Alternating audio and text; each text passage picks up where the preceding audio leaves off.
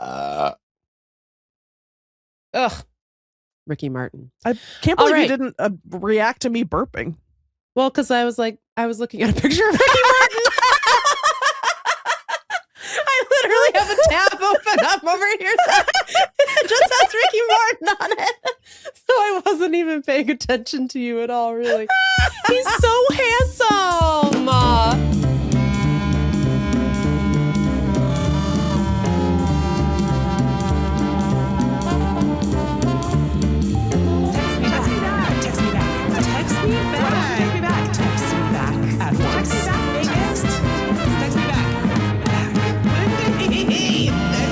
Hold on, I'm chewing. What are you eating? I'm eating my cannibalism M&Ms. I don't know if you can see. Oh yeah, those special ones you got at the M&M store. we spent $200 respectively at the M&M store. Don't at me, okay? Anyway, welcome to Text Me Back Pod, which is the podcast that's back from the last time you listened to it. That's right. Which was last week. And now it's this week. Megan, I was at, must have been the grocery store, because that's the only place I go. Fat. Chunky. No, I was at the grocery store, and then there were two people talking, like two friends talking in the line. And then one of them said to the other one, make sure you text me back or something. And I went, are they talking about the podcast? No, they're not. I just heard a normal person say text me back in the wild, and I forgot that it's just a phrase that means something. That's my biggest fear. And in fact, I was confronted with that the other day. Some people in my normal life discovered that I have a podcast, and I said, oh no. Now, who told you about that? Who told you about my podcast? Because I'm going to end their life. Now, Megan. Yes. We're so different, you and I. Because when I find out that if I meet a random person and they say, oh, I listen to the podcast, I scream with delight. Yeah. I think for me, I continue to have this feeling that we just make the podcast and we fart it right out onto the RSS feed. Yeah. It dissipates into the winds of the internet, and then we move on with our lives. At no point do I envision a person listening to it. So honestly, when we do this, I feel like you and me are just having a nice time, which is why I enjoy it. The part where people listen to it is kind of a foreign concept to me. Yeah. So there is a part of me that when someone's like, I listened to your podcast, I was like, did I three-way call you? Like, I don't remember. I don't recall you being there. What do you mean you listened to my podcast? Megan, you know what? I think we need to drop this, because I think if I keep pushing you to recognize that the podcast is popular, you're not going to want to do the podcast. I'm going to quit the podcast. And maybe you're going to get like awkward and weird when we're recording, because I think it's a strength of the podcast that you have no object permanence. I know. Every Thursday, somebody jingles the Riverside login to me, and I go, "Ooh, exactly. Ooh." So you're right, Megan. We're just having a call. This is our Zoom call where we're discussing some business that we saw on the various locations. We're going to do a little show today. We're doing a show that involves the following. I have Megan's Journey to, another guy I got involved with. I also have Bad News TikTok Digest. Lindy would like to talk about parasocial activity, the ghost dimension. And then we have a new segment that we're not sure what we're calling it yet. But it's going to be a game time decision. We got a bunch of good ideas. Get ready for that. But first, can I say something that has been making me laugh for like 3 weeks? Please. So as everyone who listens to the show knows, we're at war with Iran, I guess, which is like really cool. And this is actually not what I want to talk about. But a few weeks ago, President Trump came out. Donald Trump, you know him? Donald Trump came out and gave an address to the nation. By the way, he interrupted Survivor to do this, which, bruh. Anyway, and it was like really deranged and crazy. And he said he was going to nuke everybody back into the Stone Age. And I said, great. I love to pay for that. And I love to be a part of it. Anyway, so I was chatting with some friends of mine about it. And I was like, this is so insane. I feel like we're so fucked. We're so doomed. Like, I guess we'll just sit back and wait for the retaliation. And my friend Shannon said, I love you guys, but this country is caca. And I said, caca? Yeah. Yeah, I haven't heard caca in some time. Yeah. That's good. And dude, it hit. It hit. I went back into the group chat like 24 hours later just to be like, just so you know, I'm still thinking about caca. That was good. I got caca on my mind. I got caca on the cabeza, dude, because that was a good one. Well, I said not caca.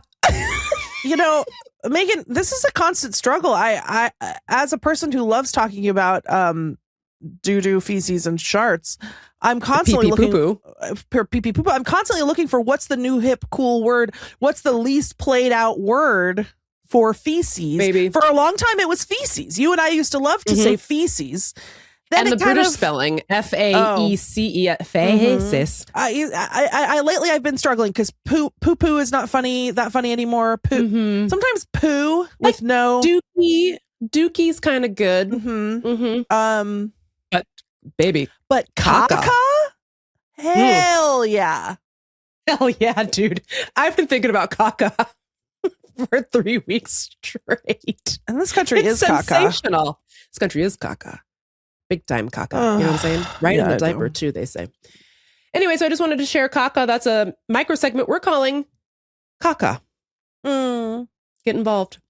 So, all right. Since we don't have yet a theme song, a jingle for Meagan's journey.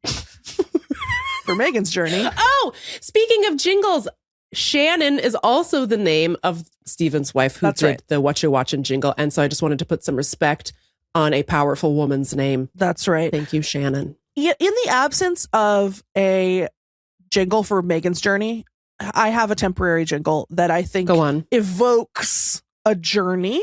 Here we go. It's the road, dude. This ain't no state property. This is private property. Oh, I can't get enough of Hit the Road, Dude. That's when you hit the road, dude. Hit the road, dude, and get a start on the first step of Meagan's journey. Meagan's journey 2, Back in the Habit. Okay, so last time we were talking about Meagan's journey was like right before I went to Puerto Rico, because I was like, it's kind of the culmination, right? Because I got sort of mentally ill about Bad Bunny, which I still suffer from to this day. And then you were like, oh, but couldn't Meagan's journey be about something else? And I was like, no. It's you only said it's about Bad Bunny. Yeah. You said forever. Forever. And that didn't sit right with me. And that's a case that didn't sit right with you. And I think that's right to say. Normally I like to disagree with you even when I do actually agree with you, because oh yeah, I think Meagan, it's funnier that way. I think war is bad. I love it because you know what I love? Caca.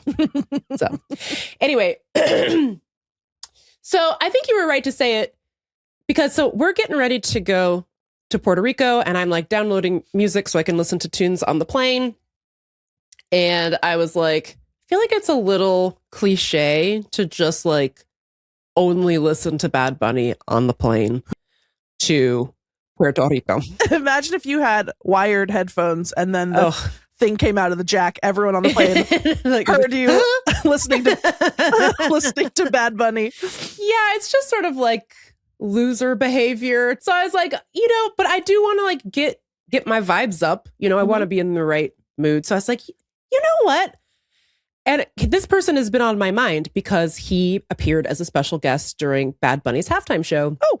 And I used to love him in high school. We all did, if you're our age. And so I was like, who I maybe should revisit? Who I should maybe get involved with? How about Enrique Martin? How about Ricky Martin? What a legend. Okay. And he, his performance at the halftime show was so powerful and beautiful. He sang this song that's basically like, don't let what happened to Hawaii happen to Puerto Rico.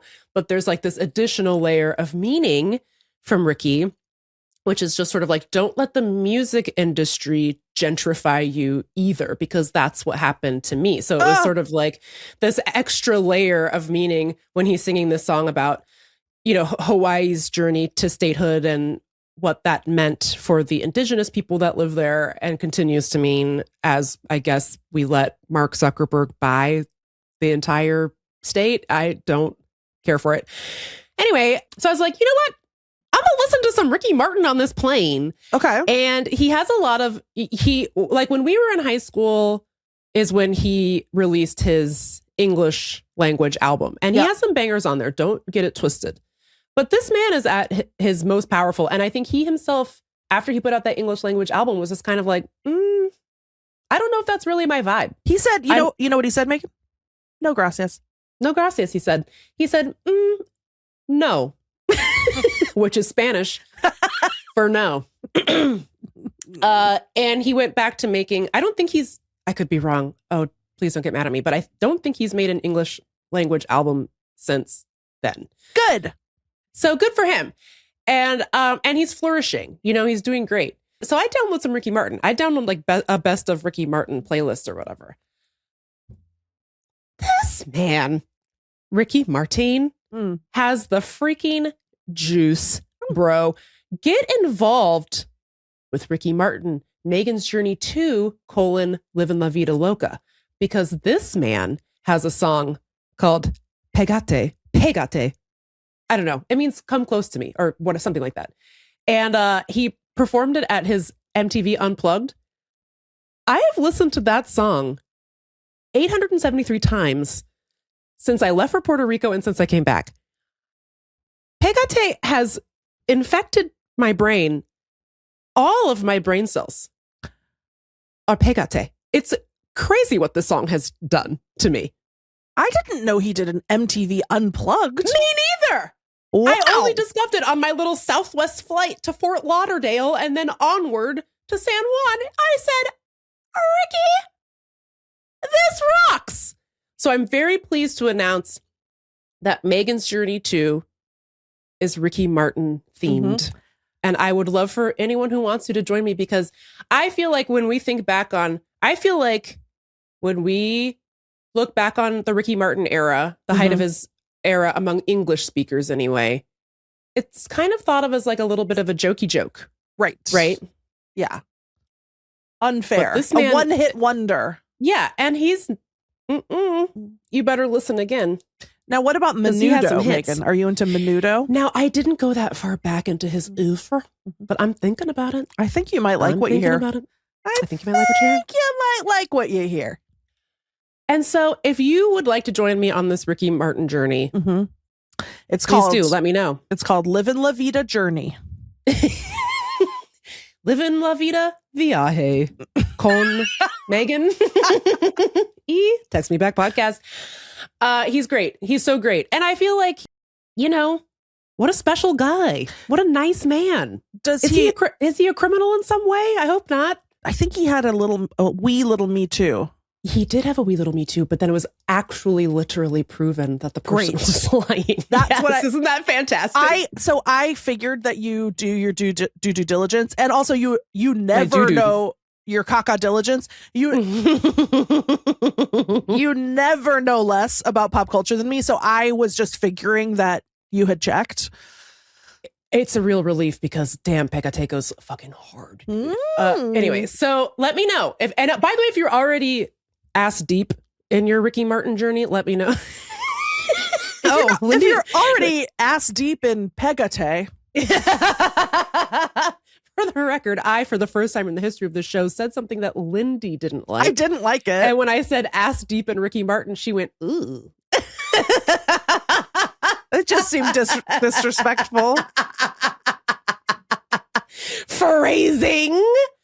Anyway, if you are ass deep in a journey involving Ricky Martin, let me know what are your favorite canciones de él.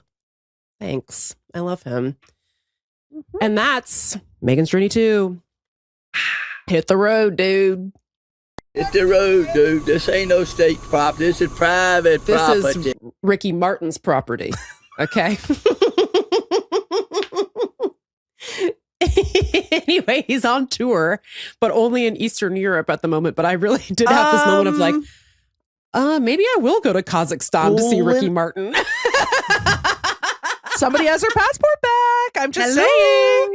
Kazakhstan Tourism Board, we're influencers. If you want Lindy and Meagan to use some of the podcast money to go to Eastern Europe and see Ricky Martin on tour, let us know. Give us a call. 703-829-0003. There is this funny thing where because people subscribe to the podcast using money, I know, which they're doing voluntarily.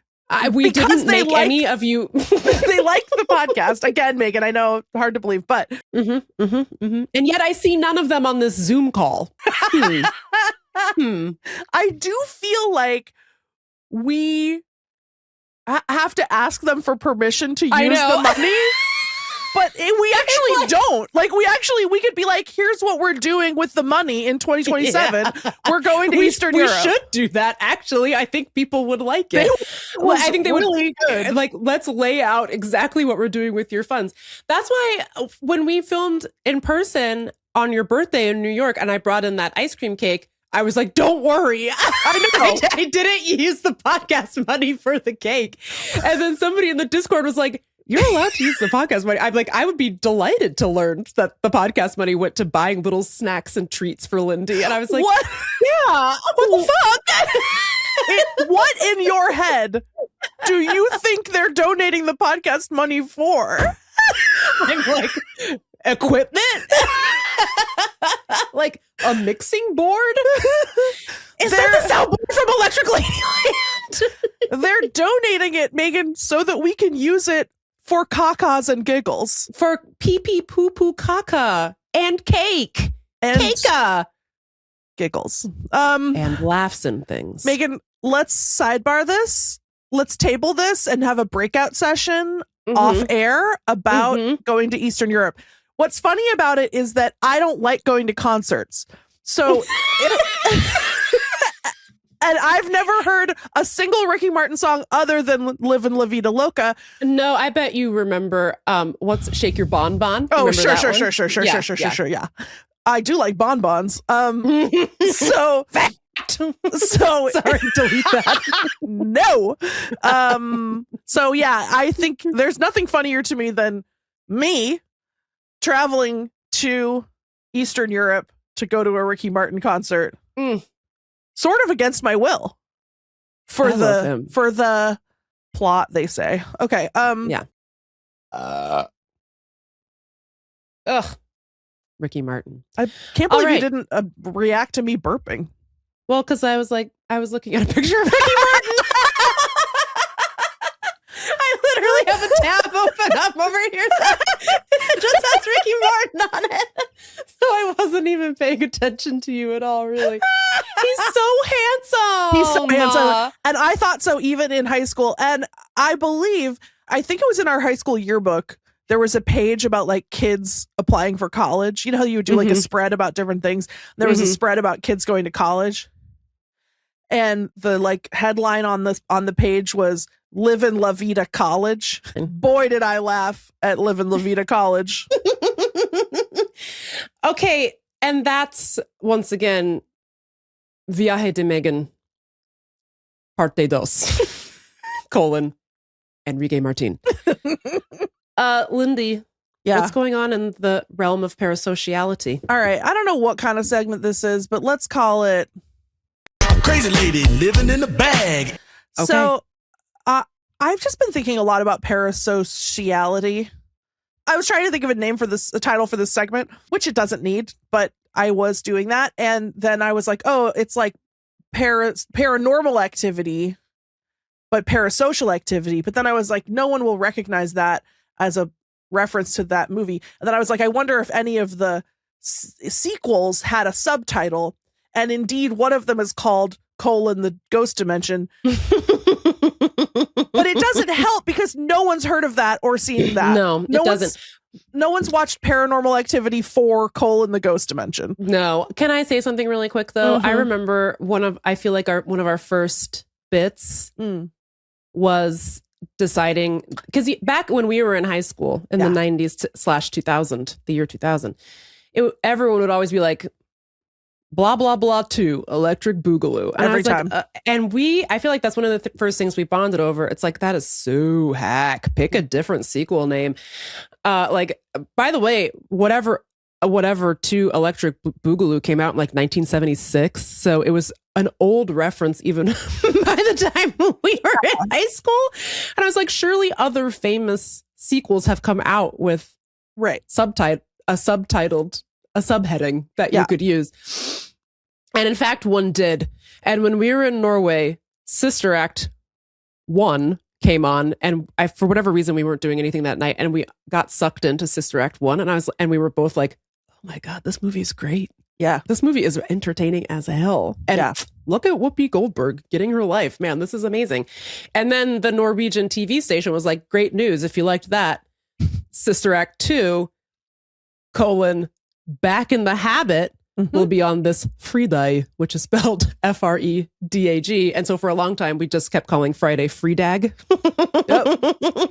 And so thus it became the law of our friendship that if you're going to talk about a sequel, you got to say 2, Back in the Habit.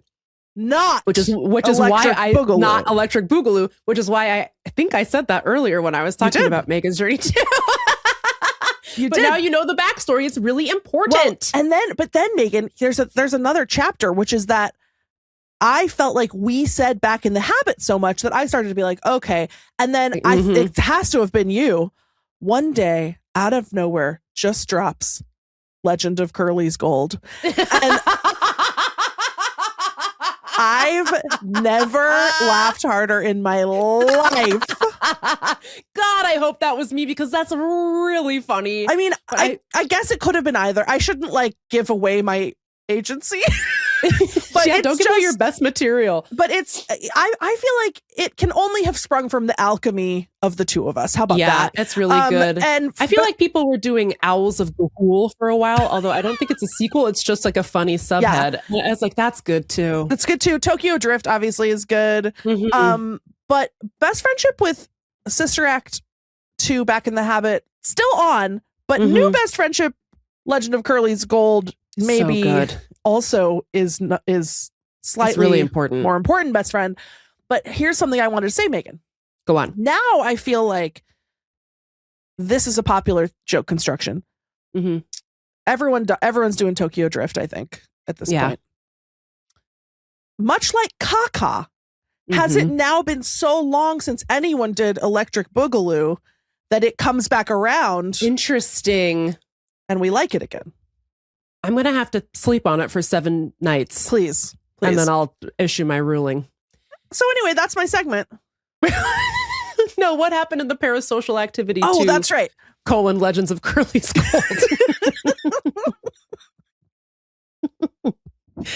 The Owls of Ga'Hoole. I've been thinking a lot about parasocial relationships because of like my book coming out and a lot of the reactions to it. And I guess because here's me always tap dancing for the parasocial forces. Not all of the responses to the book were irrational. Not everything was projection. I just long for the days when not everything was content that received immediate feedback. Yeah. It used to be that you could release a book and then people read it by candlelight in their homes. So I've been thinking a lot about how we develop these imaginary incorporeal relationships with people and also animals that we don't know using the internet. And I had an experience this week that I'm sure many of you are aware of this. I started following this woman who fosters animals. It's kind of all I want to consume right now. I found this raggedy cat and then I nursed it back to health. I found a mangy squirrel and I put cream on it and now it's happy. So I started following this this woman who had rescued a very angry cat named Roo, R-O-O. And I'll link to her account in the comments. And it was like, she was posting every day. It's like day day 3 with the spiciest shelter cat. And it's Yeah. so funny because this cat is like, don't fucking rescue me. I don't like it. And like the woman comes into the room every morning. So she's keeping Rue in her own room so she can decompress. Like and she opens the door and Rue goes every day. It's so funny. And she's so patient with Rue. And you can tell there is like a little bit of progress being made. Yeah. Like Rue stops actively trying to kill her. Maybe like 25 days in. Yeah. Eventually she can like sort of scratch Rue's little head while she's eating a churu sometimes, and then sometimes Rue will attack, but Rue will be like hissing and growling like a monster like while she's eating. Like she'll be like, yes, I love it. It's so funny. So we have in the past fostered kittens. I think everyone who listens to the show knows this, but like 99% of cats are from outside. The goal is to get them before they turn fucking feral. And are like basically, and also like all kittens' eyes are blue when they're born. So like the goal is to try to get them before their eyes turn brown and they become evil or whatever. I don't know. I don't remember exactly. But anyway, we had a cat who fostered a kitten for a little bit, who had just sort of crossed the threshold from like gettable to feral, but it was like probably like 10 weeks old, maybe a little too old. And we didn't have its mom, just the kitten. And it had just like the fluff. It's like it had 2 coats of fur. She was so soft. I named her Ruth. And my understanding is the person who adopted her kept the name, which made me really happy. And she was so fucking funny because she was very spicy. Like when you are fostering kittens, the goal is to just love on them as much as they'll let you do. And the longer they've been outside, the longer it takes. So there are times where right when they're finally getting to like you, they're hissing and purring at the same time. And it's the funniest thing ever. They're just like, like they can't decide if they hate you. And then you know there's only like 2 or 3 more days of that. And then they'll be your friend. But anyways, we got Ruth. She came back to the light. Wow. And she stopped hissing at us, but she was like hissing, purring at the same time. And it's the funniest. It is the funniest combo of emotions ever. It is so hilarious. If you have the wherewithal to foster some kittens, it's so fun. Especially now, look, fostering neonatal kittens, I do not recommend. But kittens who have been around and we're pretty sure are going to survive, that's a gas. Highly recommend. I mean, Megan, that's my dream. I know. Now you're speaking my language. Oh, maybe I could foster kittens since they're not permanent. Interesting. You just give them back. You just give them back. Say, here's your cat. Something to think about. Anyway, so that's exactly what Rue is like. Hissing and purring. Maybe not quite purring, but definitely like enjoying the churu. Yeah. And then the lady, the foster lady would like, there's a futon in the room. So she started doing sleepovers. So she would very bravely, by the way. Very brave. Yeah. Because this cat wants to peel back your skin. She wants to melt her face off. Yeah. Indiana Jones style. Yeah. Okay. So she would sleep in there. And then it's so cute because there was like a night vision camera and Rue would like come up to the side of the bed and put her little paws up on the futon and just like sort of look at her and be like, oh. I don't think she ever quite got to like jumping up there. Yeah. Okay. So of course this builds this big community of people. The lady fostering Rue gets norovirus. She is not well. And she's sort of out for like 3 or 4 days. She can't make any new video. She's not posting any videos because she's sick. Yeah. And because of the way that the internet works, oh no, there's this time lag. And what's actually happened behind the scenes is that Rue has been adopted. She has adopted Rue out to a super experienced woman with several other cats and like formerly feral cats that she has like tamed basically. And that lady said, hey, do you mind if I start posting content about Rue? And you know, what's she going to be like?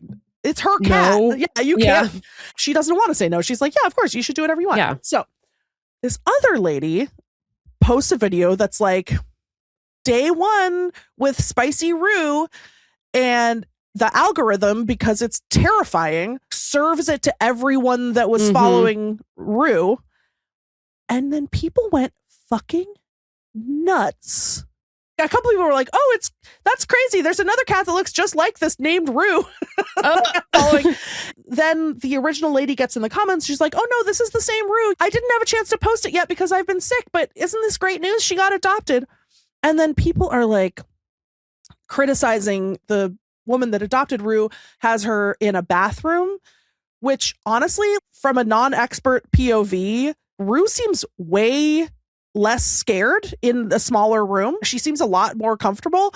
She seems less freaked out, less reactive. I don't know. I'm like, this seems like a good setup. Yeah. Seems like a good setup. People are like, she used to have a window with a hammock. Oh my God. And it's like, first of all, she's not going to live in the bathroom for the rest of her life. Like, so anyway, people are just being horrible. As you'll see in the caption, it's day one.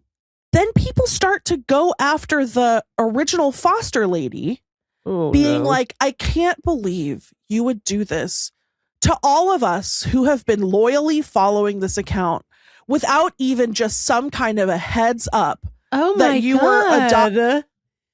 And it's like, this is the line where I'm like, okay, if I were to make it about myself, if you want to critique the writing or even the content of the book, analogy being, if you think that the bathroom is too small of a room for the cat and you want to say that, whatever. But when you go then into like, you owed me personally a heads up about the cat's bathroom. That is really jarring for all of us who are attached to Rue to suddenly see her. Hey, you gotta get a grip.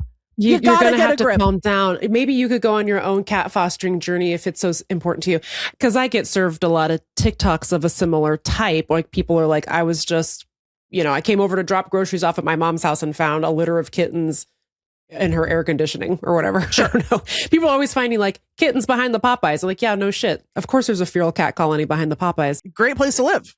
Yeah. That's where I'd set up shop too. Hello. Anyway. And then all the comments will be like, those are your cats now. Oh, the cat distribution system's at work. And then they get mad when it's like, well, I called animal control and they came and got the kittens. The kittens are safe. It's like, what? Like I've seen this more than once where it's like, I'm sorry, you wanted this 19-year-old man to adopt 6 kittens because he found them behind a Popeyes. Meagan, there's no fate. There's no God. God did not say go to Popeyes and find these kittens because all 5 of them are for you. Like get a fucking grip, man. Not everyone can just like have a dog they found in the sewer. When it's like, I'm cycling across Patagonia and I found I found a litter of 9 sheepdog puppies. Like, those are your dogs now. No, they're not. Where's he supposed to put them? What, you want me to take all 9 of these sheepdogs to a Patagonian vet for the shots they need to come to the United States? Are you out of your mind? I mean, by the way, like, so there are some people who are equipped to do that. Like there's like Kitten Lady is a really good example. Like she has posted videos where she's been on vacation in like Central America or whatever. And she like found a kitten or kittens like on the train tracks or something. I know. But she is like, first of all, she's highly skilled, really, well-trained. She's been doing this for years. She does take care of neonatal kittens. Like she knows what she's doing and she's built like a business, not a business, but you know what I mean? Like she's able to do this kind of thing. And so then people have this expectation that like your average guy is going to find a dog in like a gutter in Guadalajara and somehow know what to do to bring the dog back. Like, it's not. Also, that's like, not how it works. But people are even mad if the person, like, say I'm cycling across Patagonia, which I might, which I'm constantly doing. By and the way. I find 9 chunky puppies and their mom, and I somehow fit all these puppies into my saddlebags basket. Yeah, your pannier. My pannier, and then I take them to the vet. Like people do like go the extra mile to help these animals, and then when they're like, okay, and then I left them with a great foster family, people are like, what? Nice, how dare you? So and it's like, you guys, come on. But so by the way, I did Kitten Lady's Hannah Shaw is her name. I did her just she used to live here. Oh. So Adam knows her from his kitten days. Yeah. Oh, I should have asked her. I should have said, I know Adam. Do you remember that surly guy that worked at the cat rescue? And she'd be like, "Oh yeah, I did know him." Hey, do you remember the famous mute? All he says is Whitney Houston. Do you know him? She probably would have been like, "Absolutely, I do." But I did her book event. Her and her husband, they made a book called Cats of the World. Great book. Picture, like large format, like coffee table book, basically. Nice. But also with essays about cat rescue and different cat organizations around the world. It's a really cool book. And they were great. I did their Seattle book event. And we should have them on the pod. Why not? Yeah. Hannah, if you're listening, which you're not, because this is a phone call between two women. Right. That's right. So. But I asked her, I was like, how come other people are constantly on the kitten distribution system network? Yeah. but not Lindy West. Why? Yeah. It's a good question. I don't remember what she said, but it was. Oh, I want to know. I started the story, and as I was talking, I was like, "But what was it that she did say?" This isn't going to pay off at all. It's a blessing and a curse to be in the distribution system, man, because it's a lot of logistics. Like that day that we found that fucking chicken outside, I was like, God damn it, this is going to be 9 hours of my life. By the way, no one got mad at me for not adopting the rooster, which I appreciate. Thank you. Well, they didn't tell you. Maybe they did in their hearts. Maybe they're in their group chat being like, what a bitch. No, I think she said that, like, if you have a job where you're like out moving around a lot during certain seasons of the year, when it's kitten season, certain people are just like in a position to run into kittens. And if you work from home and you live in the woods, not going to happen. It's probably not going to happen. So I was like, okay, I'll become You wouldn't like the type of kittens that you would find out there. the scary. Anyway, so the people were so mean to the adopter of Rue that she was like, okay, I'm not going to post any content about Rue, I guess. What the fuck? Why would she? Yeah. And so she stopped posting. Then they really go nuts. They doxed her. They swatted her house. The original foster lady had to make a video being like, hi, please stop. What are you doing? God. Why are you harassing this incredible woman who is taking Rue in, who like understands that cats are not, their purpose in life is not to be petted by humans, and they're like wonderful independent beings that should be allowed to just exist in a space even if they aren't cuddly. The thing that really blew my mind that I just felt like was so telling of how people get, and if you start to feel like this is your sign that you've gone over a line, is this entitlement as though you're part of the story. Like you're just passively observing it. And also, like, I know everybody knows this, but the stuff people post online, some guy posting a video of him finding kittens behind the Popeyes is like a 30-second snapshot of what that experience was like. And we're getting like the cutest and best part of it. And that's true for like most things that people post on social media. What you're not seeing is, by the way, Adam has fostered neonatal kittens who their mother went for cigarettes and didn't come back. You know what I mean? You know what I'm saying? She went out for milk and she didn't come back.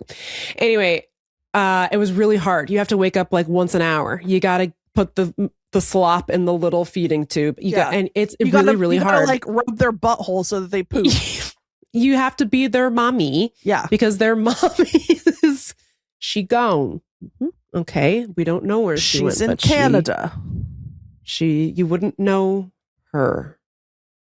Anyway. And the outcomes for kittens that small aren't always that great. We don't need to get any further into it. We don't need to talk anymore about that. But to like get up on somebody's Instagram, getting mad at them because they didn't snatch a whole litter of kittens from behind the grocery store or whatever is actually crazy, because actually spend 2 seconds thinking about what you would do in that situation. Like even I, a person with direct contacts with the animal rescue industry, would not be able to take in 6 kittens, maybe for like an hour until until like Adam came home and got them. But like, it's asking a lot. And it's what you're really demanding is like people provide entertainment for you, because that's what you're doing. You're just sort of passively enjoying some content that you're getting, which is fine. That's all life is now. But you don't get to be mad about it like when the quote unquote show gets canceled, because it's not a show. It's somebody's actual life, you know? And actually, that kind of reminds me of, I had an update on the TikTok digest. It's kind of, and it's actually kind of related, so I'm just going to talk about it here. But in a previous TikTok digest, we talked about nice things we were seeing online. And one was those guys, the taste buds, who go to a restaurant from a different country in New York. And by the way, that's still going strong. It's so good. And they have a spinoff. It's called Taste Buds to Go, where they go back and revisit guys that they've already seen and either go back to their restaurant and get more food, or lately they took Kinley from the Bhutanese restaurant, or they went with Kinley from the Bhutanese restaurant to a singer from Bhutan's concert. Stop. They all went, and they ate at the Venezuelan restaurant that they went to on a previous episode. So it was really nice and really sweet. So no bad news about the Taste Buds. However, the high schoolers that bring random items from home to school, unfortunately, that series has been canceled because they're graduating from high school. So they can't bring random items from home. And I found myself being like, no, go to college together. Why can't all 8 of you all just go to like Mizzou or something? Yeah. And you could keep bringing random items from home. And I obviously didn't comment that or anything. Mostly the comments were normal and sweet, but there were some comments that were just like, well, why just keep doing it? It's like, what's the plan? They just drop out of college and bring random items from home to wear. And now imagine saying that, but in an angry way. Like, imagine being fucking furious like, at a bunch of 18-year-olds. Being like, wow, I mean, congratulations on getting into college, but actually a lot of us have been following this account and we've been really supportive. I can't believe you didn't give us a heads up that you were seniors in high school so we could have mentally prepared for this. Like, what the fuck do you want? By the way, the lady who adopted Rue, on like the 7th day, Rue did something so cute that the lady was like, okay, I'll bring it back. She was like, I can't not post this. So Rue's doing great. But like, I just, not to be an old person, but I fear for what the phones are doing to us. I know. I've been so depressed the last, like, I don't know, probably just since I got home from tour, I think, because it's such a weird adjustment. But like, yeah, I haven't been able to I watched all of season 2 of The Pitt in like two days. Like, I just can't, which is, that's a good pretty depression nice show, by the way. Yeah. Oh my God. Show for the depression. Sometimes I would have to get up and like feed myself, and I'd be like, ugh, okay. But that's how I know it's getting really bad for me. I know we've talked about this before.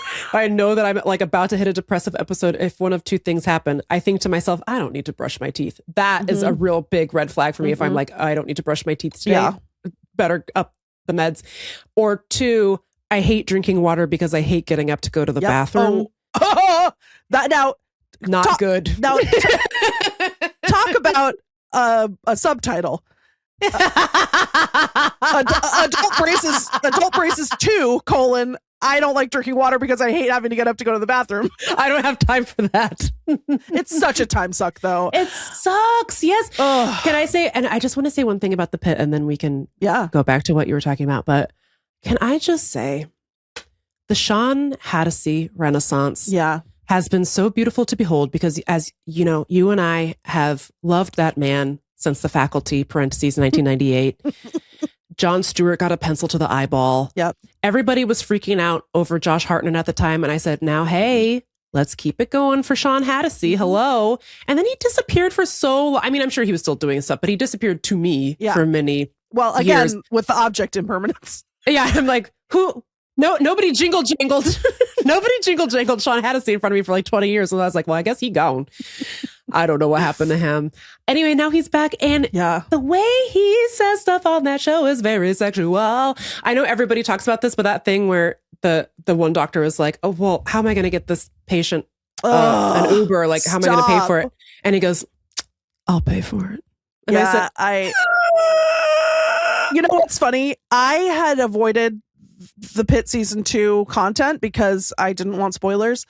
And when that moment happened, I was like, guarantee you that's a meme. Guarantee you people are losing it. Nailed it. He said, I'll pay for it. By the way, did he?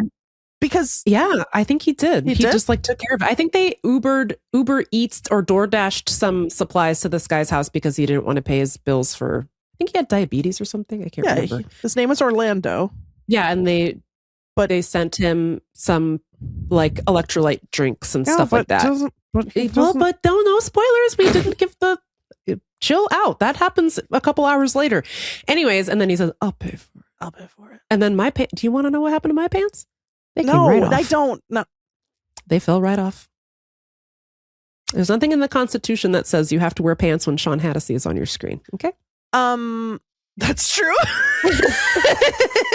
Yet until this Supreme Court gets involved. Wait till Samuel Alito finds out about that. But yeah, I've been so depressed, and to me, depression usually, like, I don't have a feeling of sadness. I just have a feeling of I can't move or think or do anything. I am frozen in time. Except unfortunately, time passes. They say it continues even if you're not interested. All of this is to say, I feel in my bones that a huge contributing factor to this depression is my phone. And I want to not have it so bad, Megan. Except it's a devil's bargain because I know the thing killing me is the phone, and the thing keeping me alive is the group chat and the Settlers of Catan. That's that I play on my phone. That's what they say. That's what the devil said when he drafted the bargain. Right. So I want the dumb phone. I want the dumb phone. I want it. But I just don't know what to do. I think I'm going to start bricking my phone all day and then I guess answering all my texts at one time in 1 hour at night.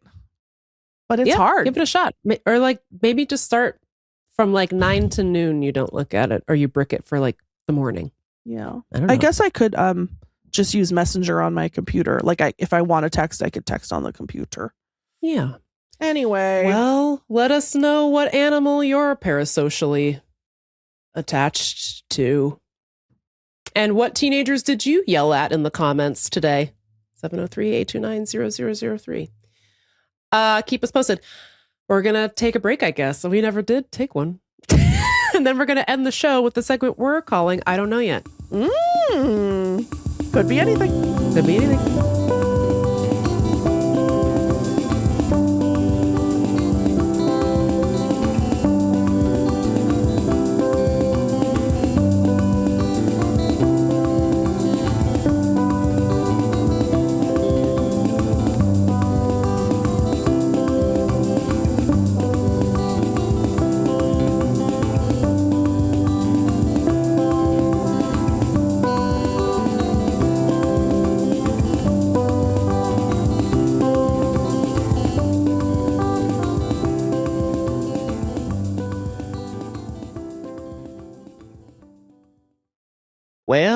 Well, Lindy.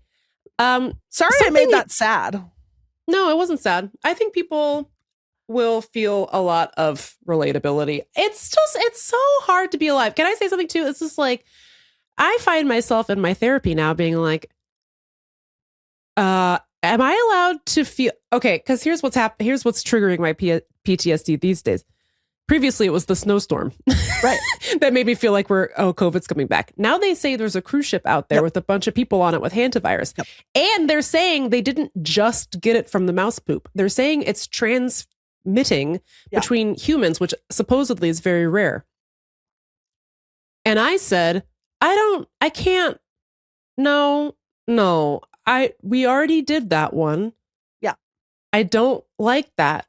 Yeah. Put them back on the boat and leave them there. Yeah. Shoot the boat back out into the sea and wish them best of luck, but they can't come to land because I'm not doing that again. Yeah. I have just only recently recovered physically from the last pandemic, buddy, I almost got diabetes during the last one. Okay. So I don't really have time for whatever the Hantavirus is cooking up. Do you know what I'm saying? I have type 2 diabetes, but I manage it well thanks to a little pill with a big story to tell. The problem was that I was not managing it well, and I was only eating lollipops, which is, there's nothing morally wrong with that. What kind? Like a Tootsie Pop?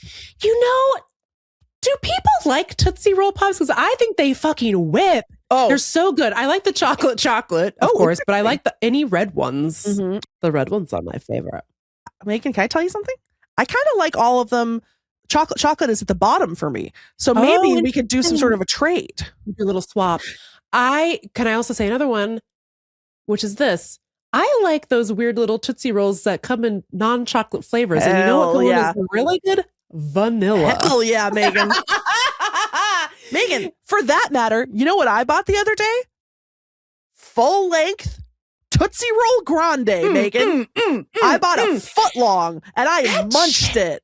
It's so good. And it hurts your jaw. Oh, it's nice. Also, one thing about Tootsie Pops before we move on, I love them. And yes. And one time I was like, this is a great sweet treat to have around.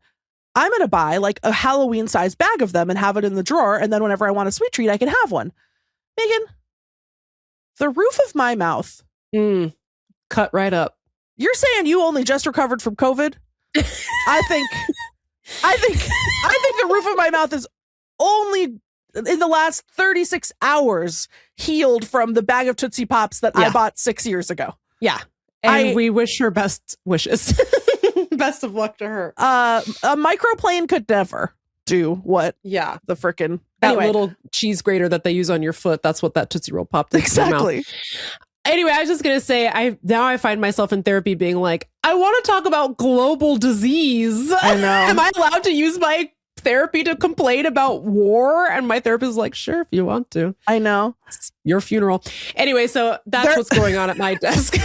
Speaking of medical science. Yes. Well, so something happened recently to me on this show. Oh, yes. It was when I went to Puerto Rico and I humiliated myself in front of that group of men by accidentally taking a little sippy sip of rum, and it went down the wrong pipe and I started coughing and they all called me a lightweight. Yeah. And I said, I'll see you on the course, Jack. And then I beat all their asses at an 18 round hole. That's right. Round? You bogeyed their asses. I eagled the motherfuckers par style. You know what I'm saying? Yeah.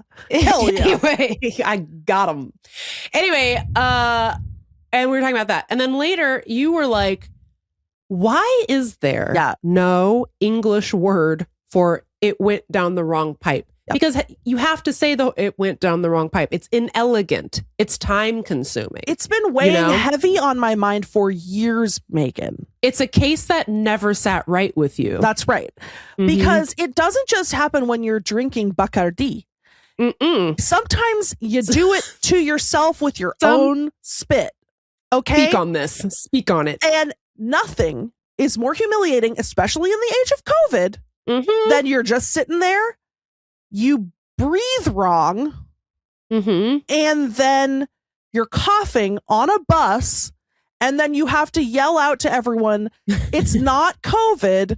I just accidentally breathed some droplets of my own spit down the wrong pipe in the wrong way. You see, it's inelegant. You have to say, time consuming. I spitted too much in my breathing tube or whatever. Like the fastest you could say it is, I choked on my own spit, but that sounds gross. But then I'm talking to strangers about my own spit. I don't like it.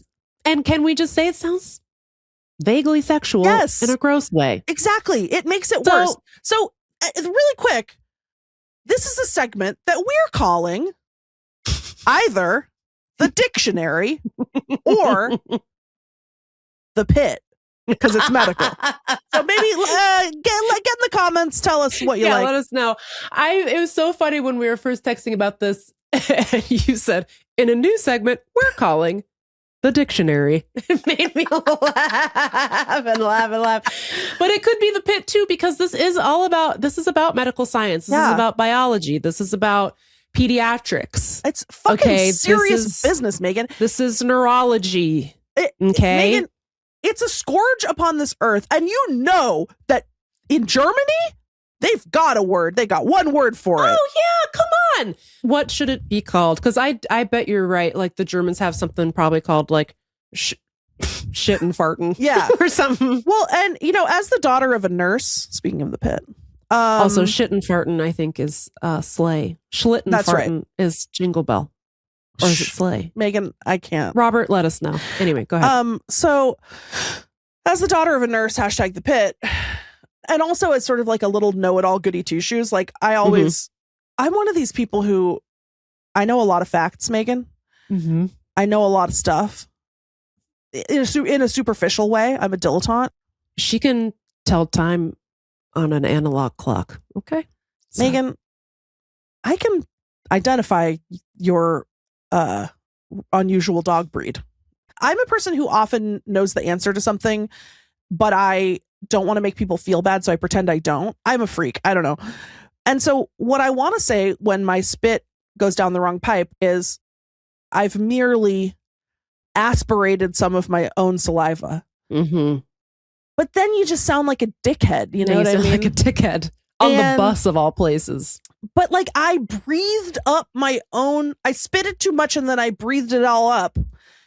It doesn't do anything. So I think I swallowed wrong makes me sound like a dumbass. Yeah. Okay. And also it's not exactly right. First of all, why does that even happen? By the way, question. Are there two pipes even?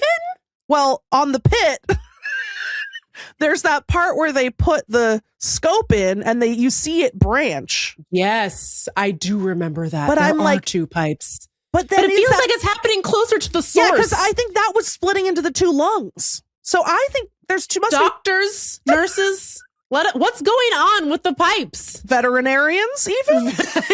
Hello. But okay, this is an opportunity. Hear me out. For Text Me Back podcast to become a part of the fabric of culture that will be remembered for all of time.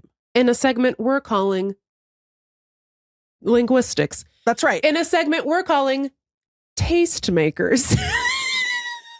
Yes. If we come up with a word for when your spit goes down the wrong pipe and you breathe it into your lung and you can't stop coughing for so long. Why does it take so long? And also, by the way, it goes on for hours. Why can't your lung handle one little micro droplet of spittle? Hello? So why did the evolutionary microorganisms not fucking figure that out 80 billion years ago? Hello? So what if we as a community came up with a word for this? And I cannot believe that no one has thought of this yet. And don't look up if someone else did. We'll be remembered forever. We'll be remembered forever, right alongside Napoleon, Megan. Napoleon's horse. Napoleon's dog. Napoleon's Eric from the sewers. So, okay. Okay, really quick, just to get people's juices flowing. Rapid fire brainstorm. What could we call it? Oh no, I got zorked. I zorked. Yes. What if I chorkled? No. Chorkled. I horkled. It's kind of hard to say. It's a huckulus. Hunk. Oh. Hey, huckulus. Now I think we might be cooking a little bit with huckulus. Okay. We need your help. Help us. Please write in. But we need a word. We need a word. If you're a linguistics professor, let us know. When you submit something, say it out loud and make sure it rolls off the tongue, because what we're trying, we need, this is why huckulus doesn't quite work. It's like, I don't like saying it. We don't want to be saying something awkward in this vulnerable moment. In fact, it could be something beautiful. Like, they say cellar door, most beautiful, like something, most beautiful phrase. Like they say that. Yeah, there's some poet or something is like the most beautiful combination of sounds in English is cellar door. I don't remember the origin of that, but it's like, I horse-legged. Okay, I like horse-legged. Anyway, we got to wrap this up. I'm very tired. I got to go to the bathroom so bad. I don't have time to go to the bathroom. Anyways, let us know what the word should be. We're doing a really bad job of riffing. What we should have done is come up with some riffs in advance and brought them to the table. We sure didn't do that. So we're going to have to cut this whole segment now. But write in, what should it be called? Horse leg? So far, horse leg is my favorite. Horculus? Let us know. Cabbage. Oh, how about I've got squirt throat. Okay, anyways. Hey, Text Me Back Pod is the name of this podcast. Patreon.com/textmebackpod is how you can support it. Although after all this, I don't know if that's what you Megan, it was do. a really good idea for a segment. I just beefed it on the brainstorming part. We both beefed it on the brainstorming part, which is where the listeners come in. They say people listen to the show. That's what they say. We need them to save us. 703-829-0003, deartextmeback@gmail.com. And get this, dude. Producer Allie was in the freaking mines, the customer service mines, with the YouTube people for like 4 days straight. Long. And she convinced them to change our name and handle from T3X to me back to it's just Text Me Back Pod. So if you just go to youtube.com/blah blah blah Text Me Back Pod, there we are. That's our username over there now. The number 3 isn't involved at all. And that's on period. And that's on Allie Slice. That's right. Okay? And don't ask how it got in there in the first place. It's none of your business. The way it got in there in the first place is I tried to name it Text Me Back Pod and they're like, that's not allowed. I You're know. not allowed to. So I had to change it to T3X to me. It was so weird and gross. It was very strange. So anyway, now it's normal. And also, please go check us out on YouTube. You know, Allie works so hard on those videos. Oh my God, she does such a good job. Just for us to show up looking like a couple of toes. But today we did okay. Lindy's wearing lipstick. I put on a little bit of eyeshadow, although it just kind of looks You look great. I looked sleepy. really bad at the beginning. Yeah, that's what I was going to say. Well, you were right. But I put on mascara. Sometimes, does this ever happen to you? Do you feel like your eyeballs change size? Because I took my glasses off today. I feel like my eyes have never been smaller. I guess it's just my face gets bigger and more, and I'm puffy today. Probably dehydrated. Yeah, I think I don't know if I've had that specifically, but I definitely feel like when I don't wear eyeliner, I feel incomplete. Like I feel like my eyes look very different with liner versus no liner. But maybe not so much with glasses. But then I'm new to the glasses game. I'm new to the presbyopia game. By the way, presbyopia was an answer on Jeopardy a couple weeks ago. And I was like, oh, do I know the answer to that, Ken Jennings? Get involved with this. Presbyopia. Okay, what about crispy throat? Pia. How about caca? Caca throat. I've got caca throat. Let us know. Now the show's over and we're leaving. By the way, I'm wearing a Thor t-shirt I bought in the height of my madness. I've turned it into a crop top.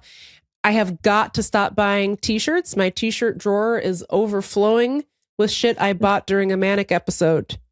Sorry, I must stop this. Sorry, I sent you a t-shirt non-consensually.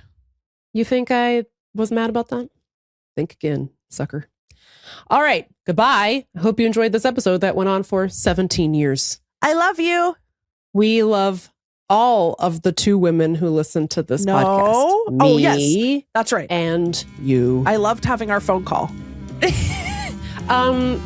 We'll see you next week at the board meeting. Don't forget your do-outs. Bye.